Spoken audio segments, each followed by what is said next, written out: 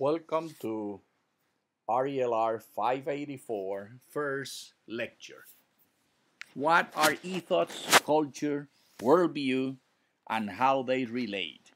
We're going to talk about definitions using a theoretical framework or paradigm presented by myself, your professor. First, my bias begins with my own household. In theology, many call this Marianismo, a theological perspective based on the Virgin Mary and her family ties and her views of the family. We can talk more about this, but we will not. So, talking about context, what is funny about this cartoon, if there's anything funny? It says, Pray Boy. Yes? What comes to your mind? Was it Playboy? Only those that understand the American milieu and context and understand the institution that is called Playboy will find perhaps funny. We need to have a context. In fact, we cannot avoid it. It is not a choice. It is a fact, the way we interact with the world. Here is, yes, each of us. You, I, all. Your mother, your father, your children. Even if you're an orphan, you have a context.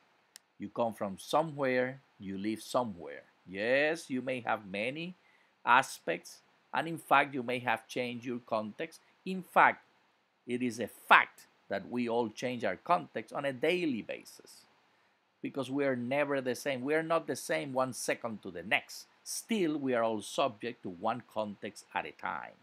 There's nothing relative, it is absolute. Relativism is not what we're talking about. Relativism is not contextualization. Relativism is a fable. It doesn't exist. Nothing is relative. You're only having one experience at a time. Regardless of how complex or simple that experience is, it is contextualized, but it's never relative. It's always absolute. We will use the example of the Statue of the Three Lies a couple of times in class. The Statue of Three Lies have a particular plaque with these three pieces of information, and the three pieces are lies. The depiction here is not of Mr. John Harvard. Instead, is the model, a student of Harvard University that the artist, Mr. French, used in the 1830s. There was no depiction of John Harvard in the 1830s, and he chose a student of his liking. I don't remember the name of the student. Now we know who the student is. If you go to Harvard, you could find out. Or perhaps if you Google it. The founder. Mr. John Harvard was not the founder. The founder was the Massachusetts Bay Colony. And 1639 is the year of Mr. John Harvard's death, not the year of the founding. Still, this is the information in the plaque. The point I'm making is there is a big, huge difference between what we call, quote, quote, truth and our context. Our context is always our truth. Truth is not about what is written on books. It's about how we read the books, how we interpret them. And again, this is not relativism because it is always one interpretation at a time. As fluid as it may be, there's only one picture because there's only one brain and 1 second per moment of existence. If you change it from 1 second to the next, it will be absolute from 1 second, and the next second it will be absolute for that second. I hope I'm making the point. We define via contextualization. We're going to use the example of the National Geographic magazine of 1941. We are going to examine a particular advertisement. This advertisement responds to the American milieu. Milieu is a French word. It signifies surrounding or environment. And this milieu is our context. This magazine has reflected the mainstream of American values and ideas. It's definitely not a radical journal or magazine, the National Geographic. Contextualization is a philosophical perspective. Again, it is not relativism. Relativism may or may not be accepted, and you may have other ideas, fundamentalism and the like. But contextualization is a description of process, is an experiential description, how we view the world and how we experience the world.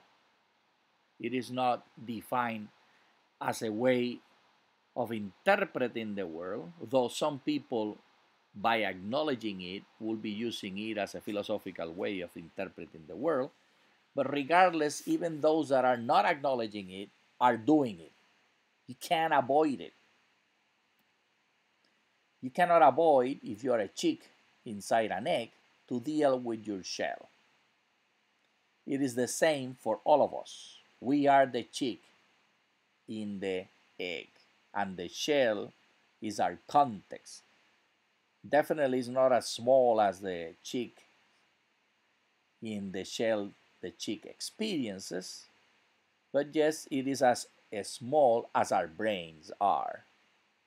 Our context is always regarding the package that we have inside the skull, meaning our brain, which contains our minds. Some people believe and accept their constraint, others do not. Who are you? Do you agree or disagree with the primacy of the context? Are you able to experience the texture of your shell? How does it feel? How do you conceive it? I am a male. That is a single characteristic that defines all aspects of my experience. Yes, I am a professor, I am a Harvard alumnus, I am a professor at Loma Linda University with experience at other universities. I am the father of 3 adult sons. I am a grandfather. Cha-ching! I love being a grandfather. But let me not go that route. So how does your shell feel? Let's look at the advertisement in the National Geographic magazine of July 1941. The culture of 1941 mainstream America defines the context of this ad. The worldview is the script. The ethos is defined by the feelings associated with these roles. Do you think that the designers, the marketing people that put together this New York Central ad were hoping to provoke positive feelings or negative feelings? Obviously, positive feelings. They want people to use New York Central trains. That's the purpose of all marketing, for people to support what you are selling. So how does context define roles? We all have different roles, and these roles may be conflicting of each other. We all have roles, and they are multiple. Let's look at this table.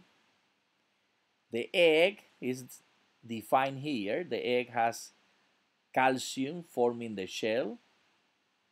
The egg has an experience of the chick inside the egg, and the egg has the texture of the shell. And this is the worldview, the ethos, and culture. These are metaphors. Let me define the terms. Culture is the basic ideational schemata, the set of cognitive ideas. In cognitive psychology, the smallest segment or piece of information and the whole set of them are the schemata. Many single pieces. The ethos have to do with the feelings. For Piaget, feelings, emotions, were the gas for our cognitions. In other words, according to cognitive psychology, feelings motivate and are associated always with all cognitions that we have. Sometimes it may be passive, discrete indifference, still it is a feeling. The script defining the roles is the worldview. Let's look at this some more. So, if we look at the advertisement and the roles of women and men, in 1941, in the culture of the time, women were just a girl. Those are the words of the ad. In the 2000s, women are equal to man. The ethos, how does it feel? The woman felt like a queen. Today, women will feel free to experience diversity. We are not defined as we were in the 1940s, but we are definitely being defined in a way. We happen to see that way as the norm, so we're not aware of it. Come 60 more years, if time passes, and if we're still around, there will be the same distance between 1941 and the 2000s as it is in the 2000s versus the middle of the century. The worldview are the fixed roles defined by marriage. Today there's more fluid roles. Darling, that New York Central train made me feel like a queen instead of just a girl on her way to be married. The texture of the shell is very different today. These words are meaningless or disruptive or insulting today for women, but they were not in 1941. What changed? The context changed, and it's constantly moving. So who are these people in the advertisement? Was a black man a caddy or a conductor? How do you see it? The black man today is based on our culture and our context. Is a man a king or a man? Are the passengers the normal people or white? European Americans? What cultural roles are played in 1941 USA? Who is a terrorist? This is a picture of a graffiti in a mural, painted mural in a wall in Palestine. 2003 New York Times published it.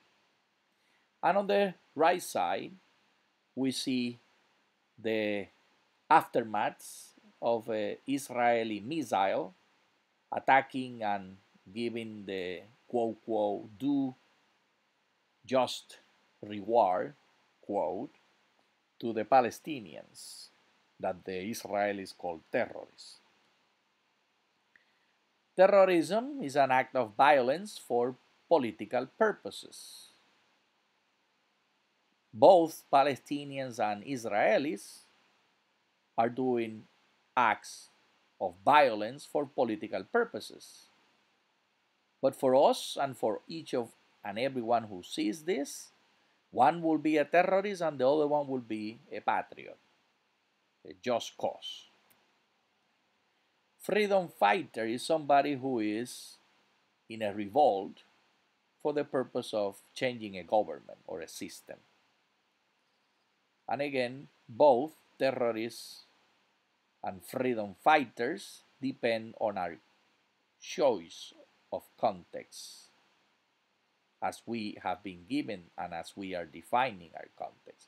The American Minuteman was the English terrorist. The Palestinian freedom fighter is the Israeli terrorist. The Iraqi invaders are USA liberators. The oppressors are rightful government. The congressional ethical rules for Democrats are appropriate for Republicans to constraining in the Senate. So, our context defines us. How does your own culture, worldview, and ethos guide you to interpret this ad today? Would you have bought New York Central tickets if you were a woman and saw this ad in 1941 and you saw it today? Will it provoke the same feelings? Will the context have changed and provoke different understandings? What elements of your own culture, worldview, and ethos will be rejected in a few decades? The distance between 1940s and 2000s of today and the radical differences will be the same in another 40, 50 years. If time continues and we're still alive, there will be the same distance and dissonance because the context is constantly evolving for the individual and for the culture and for the group and for the ethnic realities. For example, what we call male circumcision should be called male genital mutilation. What we call female genital mutilation and repudiate it, should we not be doing the same for male genital mutilation practiced daily? Why is one medicalized and the other one ostracized? No, no, no, I'm not promoting one or the other. I am just bringing to your attention how our context forces us to define similar things in very different manners. Yes, you must be sophisticated enough to understand that the female genital mutilation does not come equal. Imagine that it was the genital mutilation of males was not medicalized. You will have the same variety and the same terror in the practice for males as we have for females today because it's not medicalized. Am I communicating? I know this is sensitive and some maybe have been turned off already. Try looking at your own biases and worldview. List 3 roles that you have questions about. What feelings are associated with them? What tendencies can you identify? I am really enjoying being with you. Thank you for your attention. Remember to include dialogue about this in your discussion board and as part of your readings. A dialogue with all of the parts. Thank you.